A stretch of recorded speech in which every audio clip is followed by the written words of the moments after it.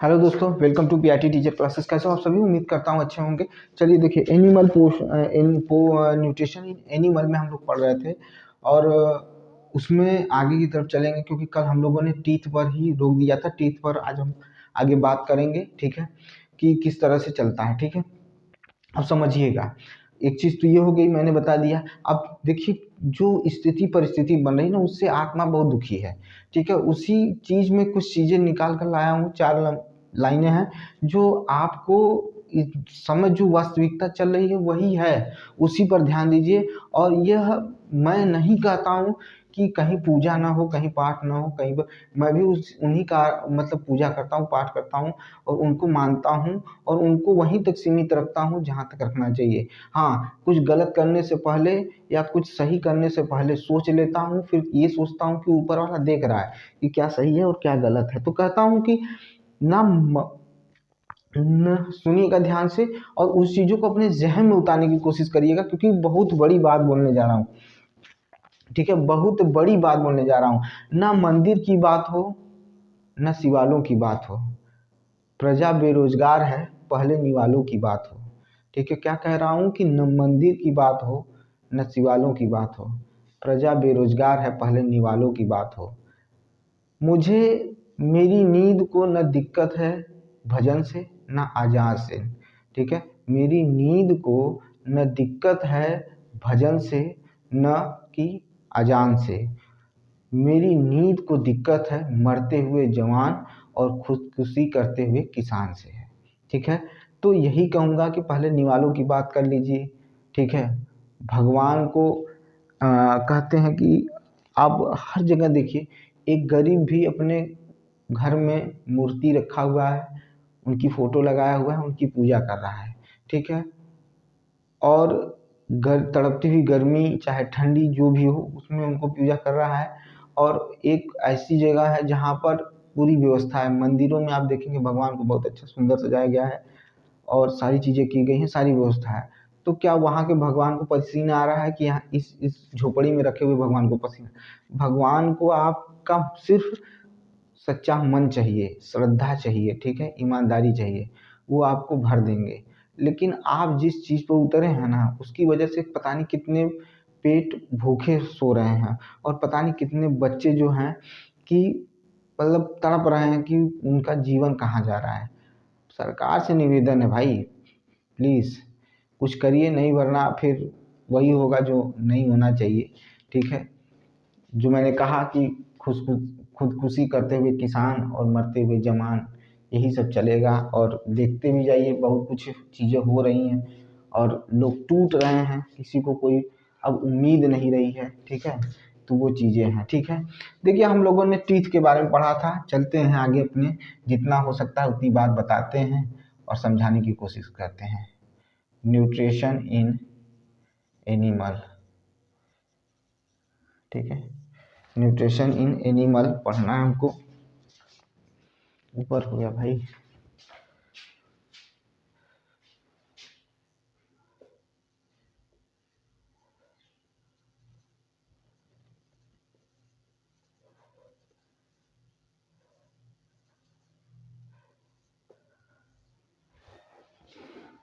Nutrition in animal, ठीक है, animal जानवरों में न्यूट्रिशन की बात है, यानी जानवरों में या जंतुओं में पोषण की बात हुई थी। किसकी बात हुई थी?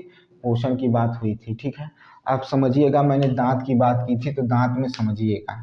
ठीक है, अगर मुंह खोला जाए तो मुख में देखेंगे, आप देखेंगे पहला क्या है, पीछे से देखिएगा, पीछे से सबसे देखिएगा, मोलर आएगा, फिर क्या आएगा, प्री मोलर आएगा, प्री मोलर आएगा। ठीक है, प्री मोलर आएगा, फिर कैनीन आएगा। क्या आएगा? कैनीन आएगा। क्या आएगा भाई? कैनीन आएगा। ठीक है, फिर क्या आएगा? इंसीजर आएगा। कैनीन के बाद क्या आएगा? इंसीजर आएगा। इंसीजर आएगा, सॉरी, सीजर, सीजर क्या आएगा? इन सीजर आएगा। क्या आएगा? इन सीजर आएगा। ठीक है, यहाँ पर रहना चाहिए ISO, सॉरी सॉरी, सीजर, इन सीजर आएगा। ठीक है, ये हो गया। ठीक है, इन सीजर आएगा। ठीक है, इसको कहते हैं भाई चवर्णक, इसको अग्र चवर्णक कहते हैं, इसे रदनक कहते हैं और इसे कृंतक कहते हैं। ठीक है, क्या कहते हैं? कृंतक कहते हैं। इनकी संख्या 4 होती है भाई। अगर इनकी संख्या देखेंगे तो कितनी होगी? 4 होगी। इनकी संख्या जोड़े में बता रहा हूँ, इनकी संख्या 1 होगी। ठीक है, इनकी संख्या क्या होगी? 1 होगी। ठीक है, कितनी होगी? 1। ठीक है, अगर हम बात करें कि जोड़े में करें तो यहाँ कितना हो जाएगा? 2 हो जाएगा। जोड़े में अगर बताऊं तो मतलब जोड़े में 1, अगर वैसे बताऊं तो कितने हो जाएंगे? 2। और ये जो है ये जोड़े में नहीं है, ये 4 है, नीचे की तरफ गिना हुआ। 4 ये हो गए, 2 ये हो गए नीचे की तरफ। फिर उसके बाद ये कितनी संख्या? इनकी संख्या कितनी होगी? इनकी संख्या कितनी होगी? तो इनकी भी संख्या कितनी है? 4 है। कितनी है? 4 है। ठीक है, और इनकी संख्या 6 है। इनकी संख्या कितनी है? 6 है। तो देखिए 6 4 10, 10 2 12, 12 4 16। ये एक तरफ नीचे के बात के ये है तो 16 होते हैं। इसी तरह से 16 ऊपर होते हैं। तो कितने दांत हुए? 32 दांत हुए। तो मोलर, प्रीमोलर, कैनिन, ठीक है, उसके बाद इंसीजर। नीचे की बात कर रहे हैं, ये नीचे वाला भाग बात कर रहे हैं, इसमें देख रहे हैं। तो इसमें आगे के जो हैं वो कितने हैं? तो 4 हैं। फिर उसी के जस्ट, इस 4 के जस्ट बगल में ये पाया जाएगा। एक तरफ 1 होगा, एक तरफ 1 होगा। ये क्या होंगे? ये भी होंगे, 2 होंगे।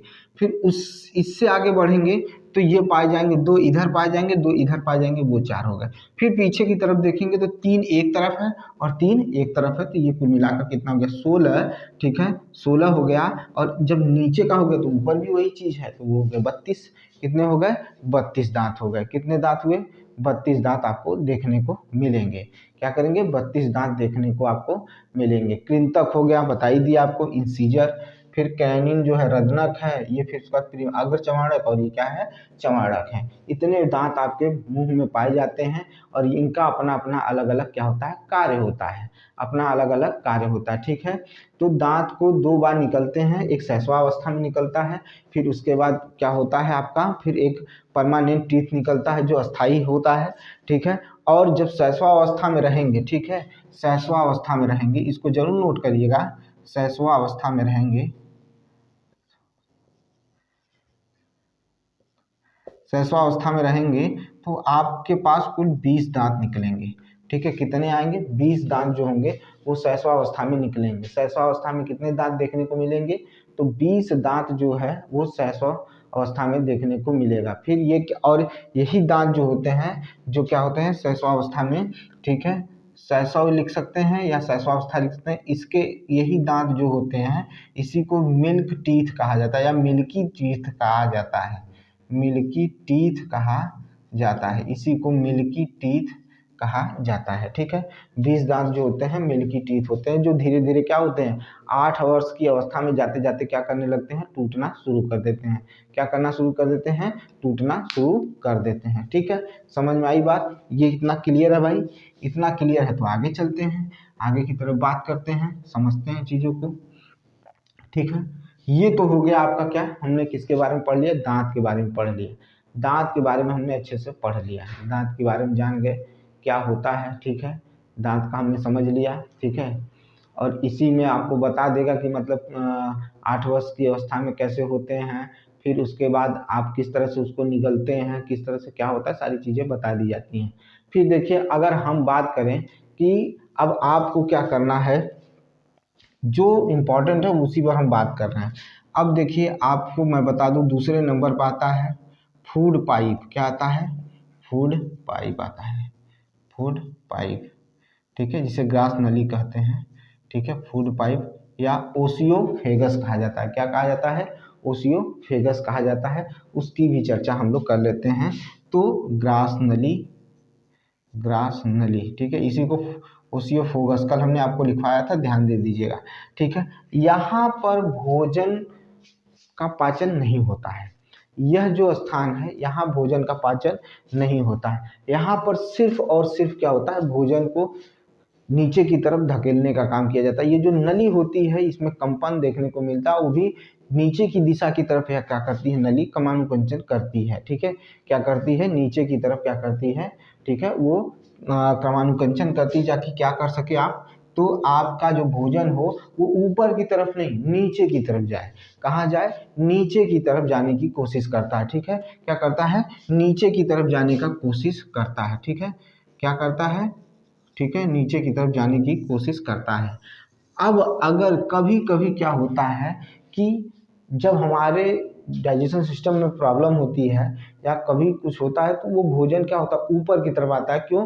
क्योंकि आपको वोमिटिंग होने की संभावना होती है और वो क्या करता है ऊपर की तरफ आता है। तो भोजन क्या होता है ऊपर की तरफ आता है। कुछ प्रॉब्लम देखने को मिलती तब इसी की स्थिति देखने को मिलता है, जब उसको क्या होता है, जब अमाशय जो होता है उस भोजन को एक्सेप्ट नहीं कर पाता है। ठीक है, या तो हो सकता है वो गैस एसिडिटी की वजह से हो। ठीक है, या हो सकता है कोई प्रॉब्लम हो गई हो जिसकी वजह से उसको एक्सेप्ट करने में दिक्कत हो, तो बाहर की तरफ आने की कोशिश करता है। वो अंदर जाने की कोशिश नहीं करता, बाहर आने की कोशिश करता है।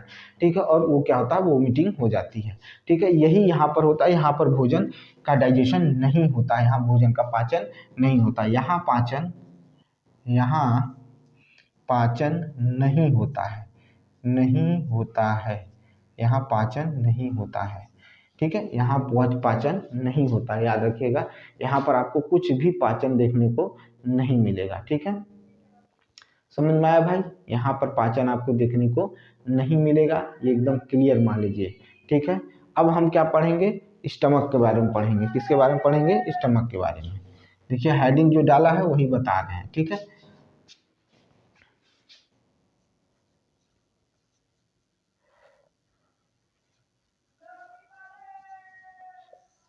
ठीक है, किसके बारे में बता रहे हैं कि जो आपको दिया है वही हम आपको बता रहे हैं। और यहीं से आपका मेन कहिए तो चीज़ें यहीं से आपकी शुरू हो जाएंगी, यहीं से आपको देखना पड़ेगा। देखिए चलिए अब ध्यान से सुनिएगा इसके बारे में, और इसमें जो जो चीज़ें पाई जाएंगी सब आपको बताते हुए चलेंगे। कुछ चीज़ें छोड़ना नहीं है, सब बताते हुए चलना है। देखिए जो आपका ये आमाशय होता है, जो हमने हेडिंग डाली है, यही हेडिंग एनसीईआरटी में डिट्टो पढ़ी हुई है, देख लीजिएगा। अब इसमें क्या होता है कि यह मोटी कोशिका भित्ति का बना होता है। कैसा बना होता है? तो मोटी कोशिका भित्ति का क्या होता है, आमाशय जो होती है मोटी कोशिका की भित्ति की बनी हुई क्या है, एक जे आकार की थैली होती है। कैसी थैली होती है? तो जे आकार की क्या होती है, थैली होती है। ठीक है, और यह चपटी दिखने में कैसी होगी? तो चपटी दिखने में होगी। ठीक है, कैसी दिखने में होगी? चपटी होगी। ठीक है, आहार नाल का सबसे बड़ा या चौड़ा भाग यही होता है। आहार नाल का सबसे चौड़ा और बड़ा भाग अमाशय ही होता है।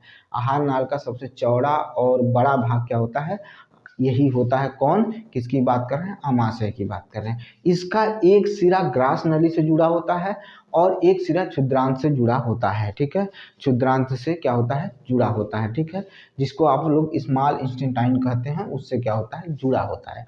ठीक है, अब इसमें क्या होता है कि स्मॉल इंटेस्टाइन से जुड़ा तो होता ही है, और साथ में क्या होता है, इसका मतलब आंतरिक स्तर जो होता है, और इनमें क्या होता है कि आपको हाइड्रोक्लोरिक अम्ल जिससे आप HCl कहते हैं, साथ में श्लेष्म में निकलता है, और कुछ पाचक रस निकलते हैं। कुछ क्या होते हैं? पाचक रस निकलते हैं। अब ये श्लेष्म क्या करता है? श्लेष्म एक चिपचिपा पदार्थ है। इसमें हम इस श्लेष्म में भी बहुत ज़्यादा अंदर जा सकते हैं, लेकिन ये जाएंगे जब 9-10 पढ़ाएंगे तब उसमें हम जाएंगे। लेकिन अभी बस जानिए कि श्लेष्म था। ये श्लेष्म चिपचिपा पदार्थ होता है। ये पूरी जो अमाशय की थैली होती है उसको पूरी तरह से ढक लेता है। ठीक है, ताकि हाइड्रोक्लोरिक अम्ल क्या हो, आपकी अमाशय की थैली को टच न कर पाए, क्योंकि एसिड है वो जलन पैदा करेगा। ठीक है, हो सकता है कि आपको अल्सर नामक रोग हो जाए, क्योंकि वो एसिड जो होता है वो क्या करेगा, उसको जला देगा। अगर कहीं पर भी किसी के पेट में अमाशय नहीं बन अरे श्लेष्म नहीं बन रहा है या श्लेष्म की कमी आ रही है, तो ये कंडीशन देखने को मिल सकती है, तो ढक लेता है। अब भोजन के साथ जो बैक्टीरिया गई हैं वो क्या करेंगी, अम्ल की वजह से क्या होंगी, मरना शुरू हो जाएंगी। यानी HCl क्या करता है, जीवाणुओं को मारने का काम करता है। और क्या करता है, यह स्वाद भोजन का जो प्रकार होता है उसे अम्लीय बना देता है। ठीक है, जो भोजन की क्रिया हो जाती है वो कैसी होती है, तो अम्लीय हो जाता है। कैसा हो जाता है? अम्लीय हो जाता है। भोजन के साथ वहां तक ये पहुंचते हैं और माध्यम कैसा बनता है, अम्लीय बनता है। ठीक है, अब पाचक रसों का यहाँ क्या होता है, इसी अम्ल की वजह से पाचक रस और सक्रिय हो जाते हैं। यानी पाचक रस का 3 काम होगा। एक तो बैक्टीरिया को मारने का काम करता है, उसके भोजन की क्रिया को अम्लीय बना देता है, अवस्था को अम्लीय बना देता है, और जो पाचक रस है उनको सक्रिय भी करता है। ठीक है, उनको क्या कर देता है, सक्रिय कर देता है। और ये पाचक रस जब क्रिया करते हैं तो क्या करते हैं, क्रिया करने की वजह से पाचक रस जो होते हैं वो प्रोटीन को तोड़ने का काम करते हैं। पाचक रस जो होते हैं वो प्रोटीन को क्या करते हैं, तोड़ने का काम करते हैं, यानी जटिल प्रोटीन को सरल प्रोटीन में तोड़ दें, ताकि हमारा जो जो आपका आमाशय है, जो स्मॉल इंटेस्टाइन है, लार्ज इंटेस्टाइन है, उसको पचा सके, एक्सेप्ट कर सके। इस लार्ज में तो पाचन होता ही नहीं, खाली जल का अवशोषण होता है, इतना याद रखिएगा। तो मैंने क्या बोला कि आमाशय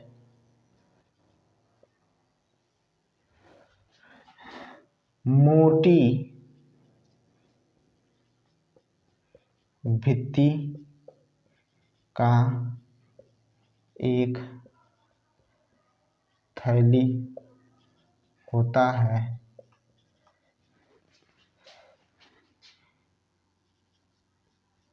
जिसकी आकृति जे आकार व चपटी होती है, चपटी होती है। ठीक है, चपटी होती है। ग्रास नली से भोजन इसमें पहुंचता है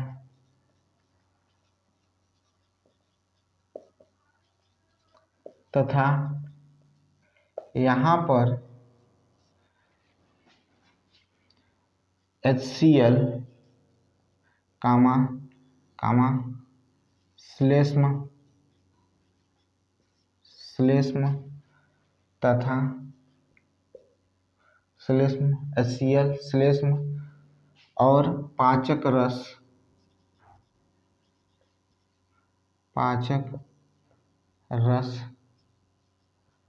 का पाचक रस का क्या होता है, तो पाचक रस का क्या होता है, स्राव होता है, स्राव होता है।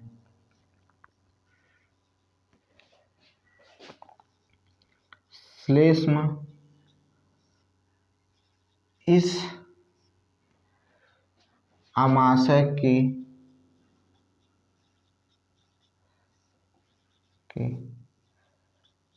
आंतरिक भाग को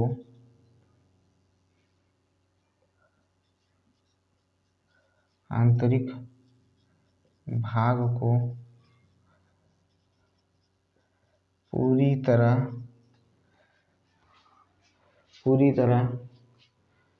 ठीक है, पूरी तरह एक अस्तर के रूप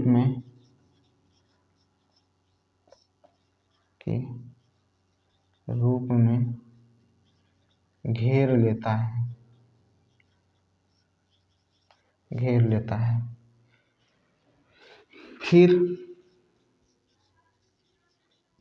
HCl भोजन में मौजूद जीवाणुओं को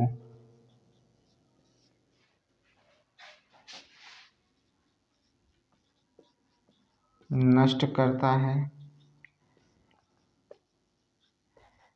तथा पाचक रसों को सक्रिय कर देता है, जो पाचक रस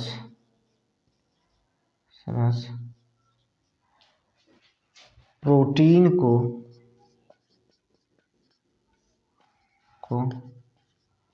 सरल प्रोटीन में बदल देते हैं। सरल प्रोटीन में क्या कर देते हैं, बदल देते हैं। ठीक है, सरल प्रोटीन में क्या कर देते हैं, बदल देते हैं। ठीक है, क्या करते हैं, बदल देते हैं।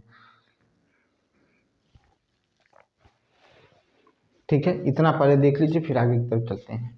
पहले इतना देखिए। आमाशय मोटी भित्ति का एक थैली होता है जिसकी आकृति जे आकार, वह चपटी होती है। ग्रास नली से भोजन इसमें पहुंचता है। यहाँ HCl श्लेष्म पाचक रस निकास्राव होता है श्लेष्म।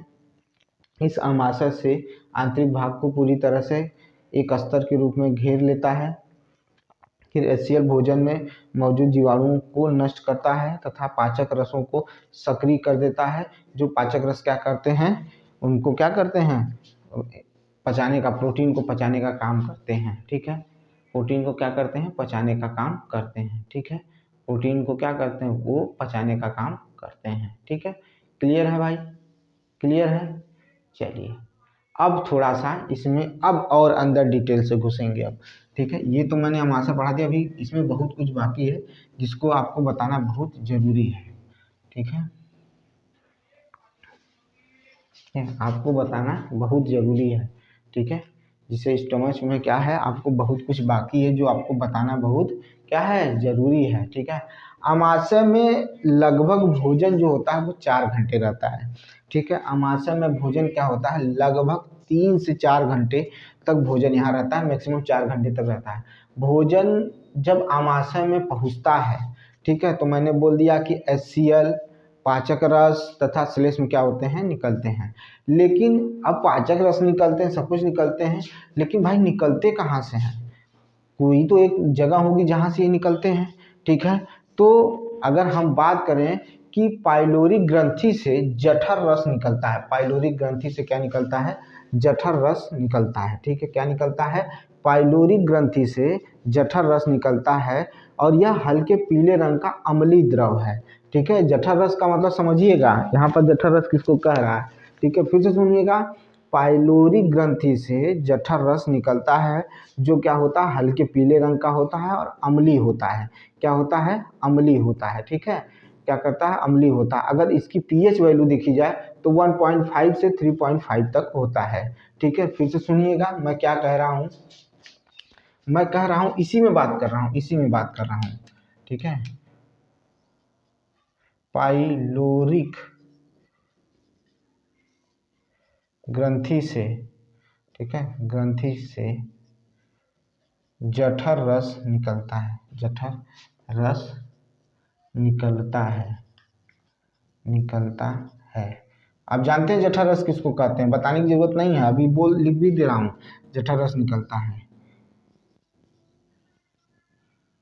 इसकी प्रकृति, इसकी प्रकृति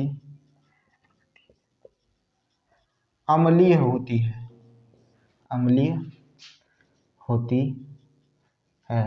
पाइलोरी ग्रंथि याद रखिएगा, जठर रस कहाँ से निकलता है, तो पाइलोरी ग्रंथि से निकलता है, पाइलोरी ग्रंथियों से जठर रस निकलता है। ठीक है, यह हल्के पीले रंग की होती है, यह हल्के पीले रंग की होती है, यह हल्के पीले रंग की होती है।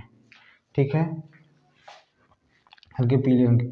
इसकी pH वैल्यू, इसकी pH, इसका pH मान लिखिए, इसका pH मान, pH मान, इसका pH मान, pH मान क्या होता है भाई, इसका pH मान क्या होता है, तो इसका pH मान होता है, यहाँ से लिखिएगा 1.5 से 3.5 तक होता है, 1.5 से 3.5 तक होता है।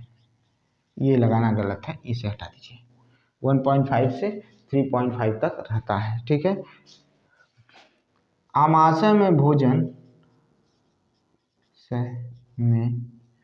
भोजन भोजन लगभग 4 घंटे रहता है, घंटे रहता है। आमाशय में भोजन कितने घंटे रहता है, लगभग 4 घंटे रहता है। ठीक है, क्या होता है, लगभग 4 घंटे होता है। ठीक है, समझ में आई भाई। ठीक है, ये हो गया आपका जठर रस की बात कर दिया, कैसा होता है, तो पाइलोरिक ग्रंथि से जठर रस निकलता है। इसकी प्रकृति अम्लीय होती है, यह हल्के पीले रंग का होता है। इसका पीएच मान 1.5 से 3.5 तक होता है, 1.5 से 3.5 तक होता है। ठीक है, अब देखिए ध्यान से सुनिएगा, आमाशय में एक कोशिका पाई जाती है। ठीक है, आमाशय में एक कोशिका पाई जाती है, एक्सटिंक्ट कोशिका होती है। कौन सी कोशिका होती है? तो एक्सटिंक्ट कोशिका होती है। ठीक है, इससे क्या निकलता है?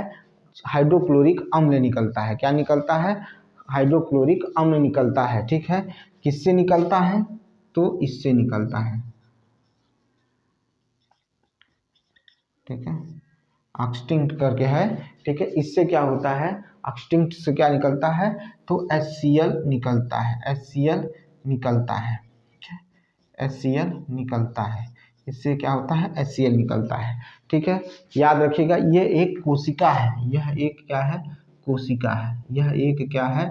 कोशिका है, यह एक कोशिका है। ठीक है, पाइलोरिक ग्रंथि से क्या निकलता है? जठर रस निकलता है।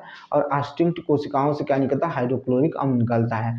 और मैंने पहले ही बता दिया था कि हाइड्रोक्लोरिक अम्ल जीवाणुओं को नष्ट करता है और पाचक रस जो होते हैं उनकी क्रिया को क्या करता है? सक्रिय कर देता है। ठीक है, उनको क्या करता है? सक्रिय कर देता है। ठीक है, और भोजन के माध्यम को क्या बना देता है? अम्लीय बना देता है। भोजन के माध्यम को क्या करता है? अम्लीय बना देता है। आमाशय में जो जठर रस जिसकी बात कर रहे हैं, जठर रस में क्या होता है? एंजाइम पाया जाता है। ठीक है, आमाशय में जो जठर रस है, ये आमाशय में जो जठर रस है, इसमें एंजाइम पाए जाते हैं। ठीक है, क्या पाए जाते हैं? एंजाइम पाए जाते हैं। आमाशय में जो जठर रस होते हैं उसमें क्या होता है? एंजाइम पाए जाते हैं। और ये दो प्रकार के एंजाइम होते हैं। एक होता है पेप्सिन, आपको मैंने पेप्सिन, एक होगा रेनिन होगा। ठीक है, क्या होगा? रेनिन होगा। तो क्योंकि मैंने बताया था कि आमाशय में ही ज़्यादातर प्रोटीन का पाचन होता है, थोड़ी बहुत रह जाता है तो आगे ट्रिप्सिन मिल जाएगा, वहाँ से पाचन उसका हो जाएगा। लेकिन पहले पेप्सिन और रेनिन दोनों हैं, ये प्रोटीन को पचाने वाले क्या हैं? एंजाइम हैं। और ये किस में पाए जाते हैं? तो ये जठर रस में पाए जाते हैं। ये क्या है? एंजाइम है, एंजाइम है। ठीक है, ये क्या है? एंजाइम है। क्या है? एंजाइम है। ठीक है, ये क्या है? एंजाइम है। ठीक है, समझ में आई बात भाई? क्लियर है? ये क्या है? एंजाइम है। एक चीज याद रखिएगा, इसको क्या कहेंगे हम लोग? एंजाइम कहेंगे। ठीक है, क्लियर है ना? समझ में आई बात? चले आगे। चलिए देखिए, एंजाइम पेप्सिन और रेनिन। अब पेप्सिन और रेनिन करते क्या है, सुनिएगा ध्यान से। ठीक है, जो पेप्सिन होता है, ठीक है, वो प्रोटीन को, जो साधारण प्रोटीन होते हैं, जो आम प्रोटीन होते हैं, लेकिन होते कैसे हैं? जटिल होते हैं। ठीक है, वो कैसे होते हैं? जटिल होते हैं। वो क्या करते हैं? ये जो पेप्सिन है, यहाँ लिखता हूँ कि पेप्सिन प्रोटीन को पेप्टोन्स किसमें बदल देते हैं? सरल पदार्थ। प्रोटीन को सरल प्रोटीन पेप्टोन्स किसमें बदल देता है? पेप्टोन्स में बदल देता है, पेप्टोन्स में बदल देता है। किसमें बदल देता है? तो पेप्टोन्स में क्या कर देता है? बदल देता है। कौन? तो पेप्सिन जो है प्रोटीन को, ये जटिल प्रोटीन है, इसको सरल प्रोटीन में या सरल पदार्थ में बदल देता है। किसमें? पेप्टोन्स में बदल देता है। पेप्सिन प्रोटीन को पेप्टोन्स में बदल देता है। अब सुनिएगा ध्यान से, इतना अगर हो गया तो स्क्रीनशॉट लीजिए पहले, इतना अगर हो गया तो स्क्रीनशॉट लीजिए। ठीक है,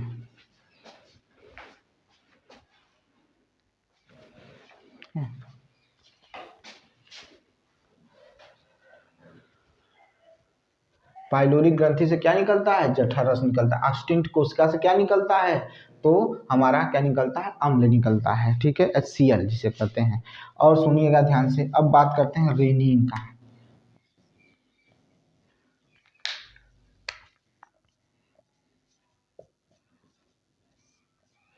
रेनिन किसकी बात करने चल रहे हैं? रेनिन की बात करने चल रहे हैं। रेनिन की बात करने चल रहे हैं। ठीक है, रेनिन के बारे में सुनिए। ठीक है, रेनिन के बारे में सुनिएगा ध्यान से, रेनिन के बारे में सुनिएगा। यह जो हम दूध पीते हैं, ठीक है, जो हम दूध पीते हैं, ठीक है, जो दूध पीते हैं उसमें जो प्रोटीन होती है उस प्रोटीन को केसिनोजेन कहा जाता है। कौन सी प्रोटीन होती है? तो केसिनोजेन प्रोटीन होता है, केसिनोजेन प्रोटीन होता है। और केसिनोजेन प्रोटीन को ठोस कैल्शियम, ठीक है, पैराकिसिनेट में क्या कर देता है? बदल देता है। ठोस पैराकिसिनेट में क्या कर देता है? बदल देता है, ठीक है। किस में बदल देता है? पैराकिसिनेन, या इसे केसिन प्रोटीन भी कहा जाता है, उसमें क्या करता है? बदल देता है। तो यह रेनिन, यह दूध में मौजूद प्रोटीन को केसीन प्रोटीन में बदल देता है, ये सरल रूप होता है, देता है, केसीन प्रोटीन में बदल देता है, ये सरल रूप होता है, ठीक है। कौन सा रूप होता है? सरल रूप में बदल देता है, प्रोटीन का सरल रूप।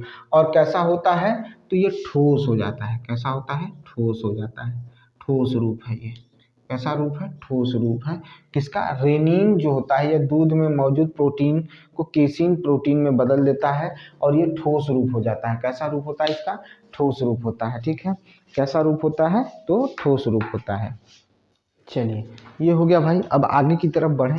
आगे की तरफ आगे की कहानी सुनिए पहले, ठीक है। आगे की कहानी सुनते रहिए, चलते रहिए, ताकि आपको चीज़ें तैयार होती चली जाए, ठीक है। आगे की तरफ चलते जाए, ठीक है। ध्यान से सुनिए।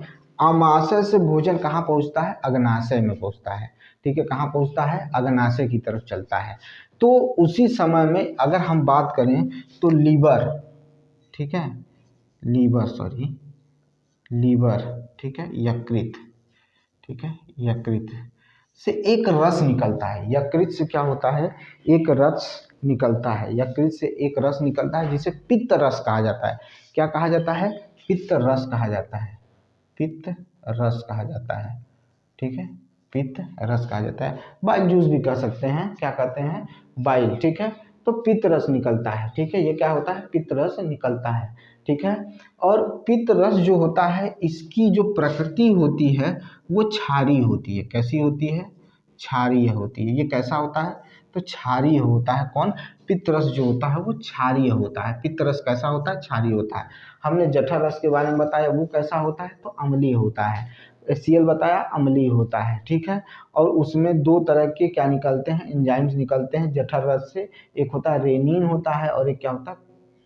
पेप्सिन होता है, ठीक है। ये दोनों क्या करते हैं कि प्रोटीन को क्या करते हैं? तोड़ने का काम करते हैं। क्या करते हैं? प्रोटीन को तोड़ने का काम करते हैं। पेप्सिन जो होता है वो पेप्टोन्स में तोड़ देता है, और दूध में मौजूद जो प्रोटीन होता है उसे रेनिन केसीन में बदल देता है। ये हमने पढ़ लिया है। अब हम पढ़ रहे हैं कि यकृत से कौन सा रस निकलता है? तो पित्त रस निकलता है। कौन सा रस निकलता है? पित्त रस निकलता है, ठीक है। और आप पर एक होमवर्क छोड़ा है कि पित्त रस की पीएच वैल्यू आप जरूर बताएंगे। उम्मीद करता हूं कि पित्त रस की वैल्यू आप जरूर बताएंगे, पीएच वैल्यू जरूर बताएंगे। अब पित्त रस क्या करता है भाई? तो अम्लीय भोजन का जो स्वरूप होता है उसे किस में बदल देता है? तो उसे बदल देता है क्षारीय में। किस में बदल देता है? तो क्षारीय में बदलता है। उसकी प्रकृति किस में ले आता है? क्षारीय में ले आता है, ठीक है। अब यहीं पर पढ़ेंगे, मैंने कहा अग्नाशय, ठीक है। किसकी बात की? तो अग्नाशय की बात की। अब अग्नाशय से क्या होता है? अग्नाशयी रस निकलता है, ठीक है। अग्नाशय से अग्नाशय रस निकलते हैं, ठीक है। अग्नाशय से क्या होता है? अग्नाशय से क्या होता है? अग्नाशय से क्या होता है? अग्नाशयी रस निकलता है, ठीक है। क्या निकलता है? तो अग्नाशयी रस निकलता है, ठीक है। ये हो गया।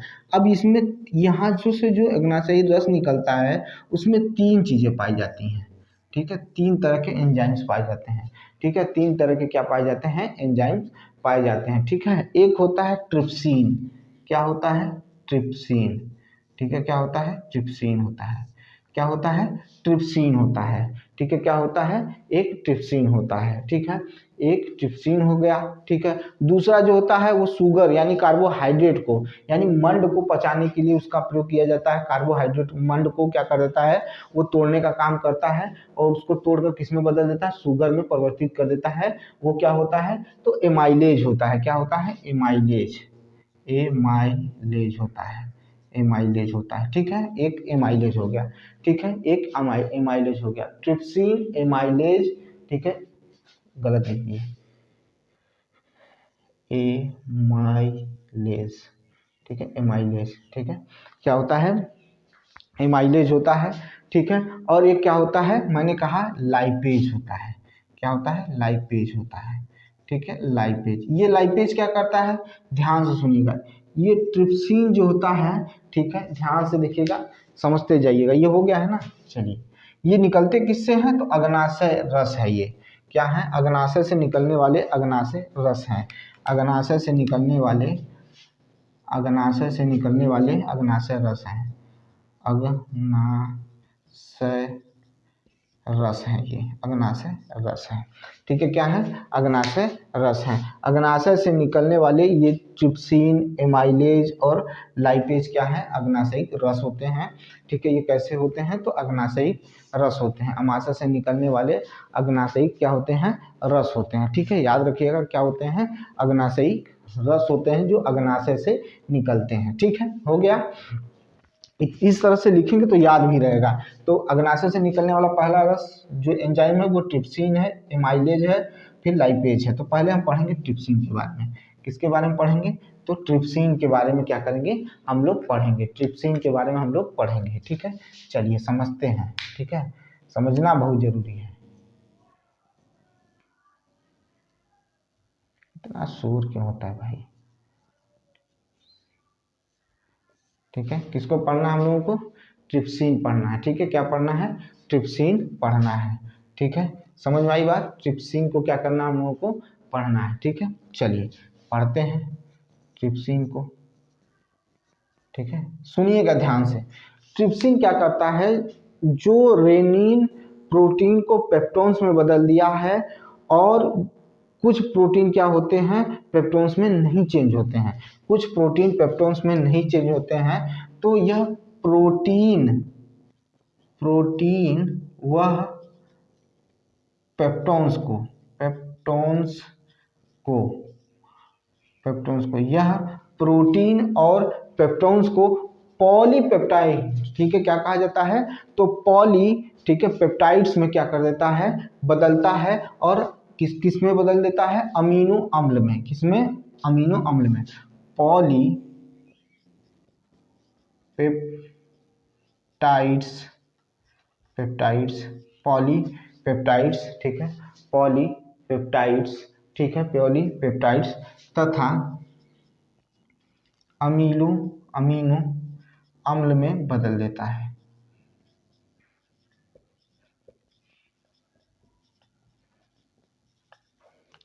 प्रोटीन और पेप्टोन्स को पॉलीपेप्टाइड्स और अमीनो अम्ल में बदल देता है या परिवर्तित कर देता है। कौन बदल देता है, तो ट्रिप्सिन जो है वो बदल देता है।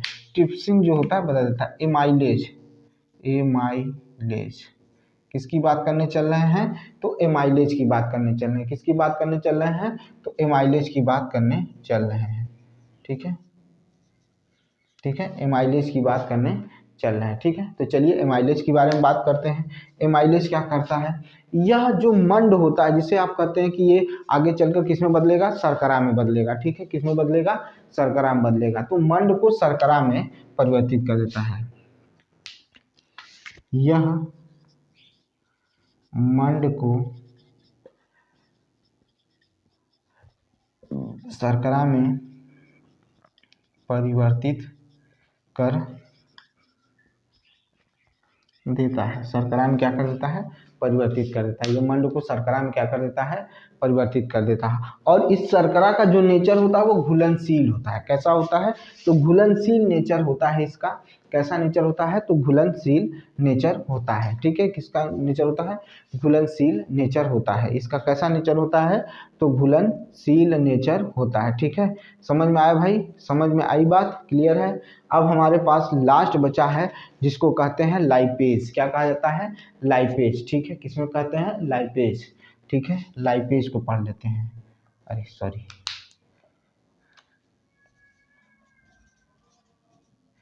ठीक है, किसको पढ़ना है, तो लाइपेज के बारे में क्या करना है, हमको पढ़ना है। ठीक है, किसके बारे में पढ़ना है, लाइपेज के बारे में पढ़ना है। ठीक है, ये क्या करता है, ये क्या करता है, यह वसा पर काम करता है। हमारे अंदर जो वसा बन पहुंचता है उसको क्या कर देता है, उसको बदलने का काम करता है। उसको बदलता है किसमें, ग्लिसरॉल में बदल देता है और फैटी एसिड में बदल देता है। यह वसा को ग्लिसरॉल तथा फैटी एसिड में बदल देता है। फैटी एसिड में बदल देता है। इसका स्क्रीनशॉट लीजिए भाई। चलिए भाई, इतना तो हो गया, लेकिन ये तो हमने पढ़ लिया, लेकिन हमने लीवर के बारे में कुछ जाना, लीवर के बारे में जाना, नहीं जाना। तो जरा लीवर के बारे में भी पहले जान लेते हैं। ये तो जो है ये तो है ही। ठीक है, पहले लीवर के बारे में जान ले, क्योंकि एनसीईआरटी में लीवर के बारे में थोड़ा डिटेल से दिया है, उसको भी जानना बहुत जरूरी है।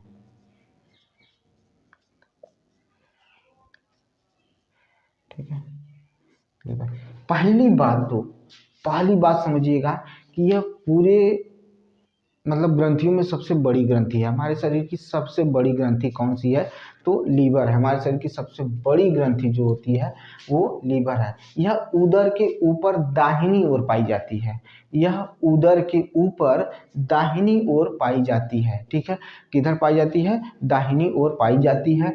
लाल भूरे रंग की होती है। कैसी होती है, इसका कलर कैसा होता है, लाल भूरे रंग का कलर होता है। और यहाँ से ही पित्त रस निकलता है, यहीं से पित्त रस निकलता है। कहाँ निकलता है, पित्त रस निकलता है। और ये पित्त रस एक थैली में एकत्रित होता है जिसे पित्ताशय कहा जाता है। जिसे क्या कहा जाता है, पित्ताशय कहा जाता है। और पित्ताशय जो होता है वो वसा को पचाने में अहम भूमिका निभाता है। ठीक है, जबकि जठर रस प्रोटीन को पचाने में भूमिका निभाता है, अहम भूमिका निभाता है। जठर रस प्रोटीन को पचाने में अहम भूमिका निभाता है, सॉरी। और जबकि पित्त रस जो होता है वो वसा को पचाने में महत्वपूर्ण भूमिका निभाता है। वसा को पचाने में क्या करता है, महत्वपूर्ण भूमिका निभाता है। तो कौन निभाता है, तो पित्त रस निभाता है। तो चलो भाई इसको भी देख लेते हैं। यह हमारे शरीर की सबसे बड़ी ग्रंथि है जो हल्के लाल भूरे रंग की होती है। इससे पित्त रस का स्राव होता है। ठीक है, पित्त रस का स्राव होता है। यह पित्त रस एक थैली में एकत्र होता है जिसे पित्ताशय कहते हैं। पित्ताशय कहते हैं। ठीक है, यकृत यानी लीवर उदर के ऊपर दाहिने ओर होती है। दाहिने की ओर होती है, दाहिने की ओर होती है, दाहिने की ओर होती है। देख लीजिए भाई, देख लीजिए, यह हमारे शरीर की सबसे बड़ी ग्रंथि है, जो हल्के लाल भूरे रंग की होती है। इससे पित्त रस का स्राव होता है। पित्त रस एक थैली में एकत्र होता है, जिसे पित्ताशय कहते हैं। जिसे क्या कहते हैं? पित्ताशय कहते हैं। ठीक है, समझ में आया कि नहीं आया? ठीक है, ठीक है, ये देख लीजिए भाई, इसको देख लीजिए पहले। हो गया भाई, ये यकृत के बारे में हो गया। अच्छा, हम लोगों ने किसके बारे में पढ़ लिया था? अग्नाशय के बारे में पढ़ लिया था, तो थोड़ा उसको भी जान लेते हैं। अग्नाशय जो होता है हल्के पीले रंग का होता है, और ये अमाशय के जस्ट नीचे होता है। ठीक है, क्या होता है? अमाशय के जस्ट नीचे होता है। और ये अग्नाशयी रस को क्या करता है? स्राव किया है, मैंने दिखा भी दिया, मैंने पढ़ाया भी है। अग्नाशयी रस को का स्राव करता है। इससे भाई वसा का पाचन, प्रोटीन का पाचन और कार्बोहाइड्रेट तीनों का पाचन होता है। वसा का भी पाचन होता है, प्रोटीन का भी पाचन होता है, कार्बोहाइड्रेट का भी। अगर मेनली माने तो कार्बोहाइड्रेट और प्रोटीन का तो ज़्यादातर के इसका पाचन में ये महत्वपूर्ण भूमिका निभाता है। कौन निभाता है? तो अग्नाशयी रस जो होता है वो निभाता है। ठीक है, ये इनको क्या करता है? जटिल रूप से सरल रूप में परिवर्तित कर देता है। इसी में आंशिक रूप से पचा हुआ भोजन कहाँ पहुँच रहा है? स्मॉल इंटेस्टाइन के निचले भाग में पहुँचता है।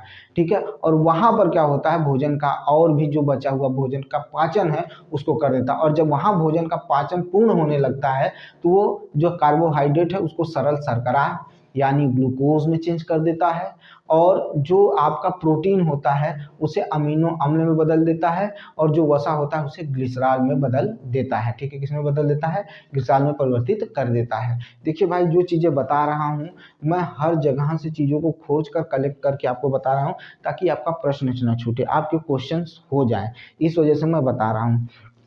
आपका दायित्व सिर्फ इतना है कि आप इसको बार बार प्रैक्टिस करिए, बार बार पढ़िए। मेरा काम है आपको इसको पढ़ाना, मैं पढ़ा रहा हूँ। एक चीज़ तो ये हो गई। दूसरी चीज़, आपसे यही उम्मीद करूँगा कि आप मेरे चैनल को लाइक करेंगे, सब्सक्राइब करेंगे, शेयर करेंगे, और मैं बार बार यही कहता हूँ कि कमेंट जरूर किया करिए। कमेंट से क्या होता है कि हमें भी सुधार करने का मौका मिलता है। आप कोई भी बात होगी तो आप कमेंट करेंगे तो मैं उसको सुनूंगा, समझूंगा। ठीक है, चीज़ों को और बेहतर बनाने की कोशिश करूंगा। क्योंकि मेरे पास कोई मतलब डिजिटल बोर्ड नहीं है, मैं इसी पे पढ़ाता हूँ। होता क्या है कि पढ़ाते पढ़ाने की धुन में रहता हूँ तो कोई कोई पॉइंट छूटने लगता है, तो मुझे क्या करना पड़ता है? उसको देखना पड़ता है, हेल्प लेना पड़ता है। क्योंकि भाई जब पढ़ा हूँ तो उसको पढ़ा रहा हूँ तो पूरी तरह से पढ़ाऊंगा। अगर कहीं त्रुटि होती है तो उसको ध्यान भी देना मेरा कर्तव्य बनता है, और उसके लिए माफ़ी मांगना भी मेरा कर्तव्य बनता है। क्योंकि मैं भी सीख ही रहा हूँ, साफ शब्दों में बता दूँ, मैं सीख रहा हूँ, मैं गुरु नहीं हूँ भाई, आपका दोस्त हूँ, आपका मित्र हूँ। आप जैसे एक्सेप्ट करना चाहते हैं करिए, और जो भी कोई प्रॉब्लम हो तो ज़रूर शेयर किया करिए। क्योंकि यहाँ सुनने वाले कम लोग हैं, लेकिन मैं आपकी बात सुनने को तैयार हूँ। कोई भी कष्ट हो ज़रूर बताया करिए। ठीक है, मिलते हैं नेक्स्ट वीडियो में। बहुत बहुत धन्यवाद।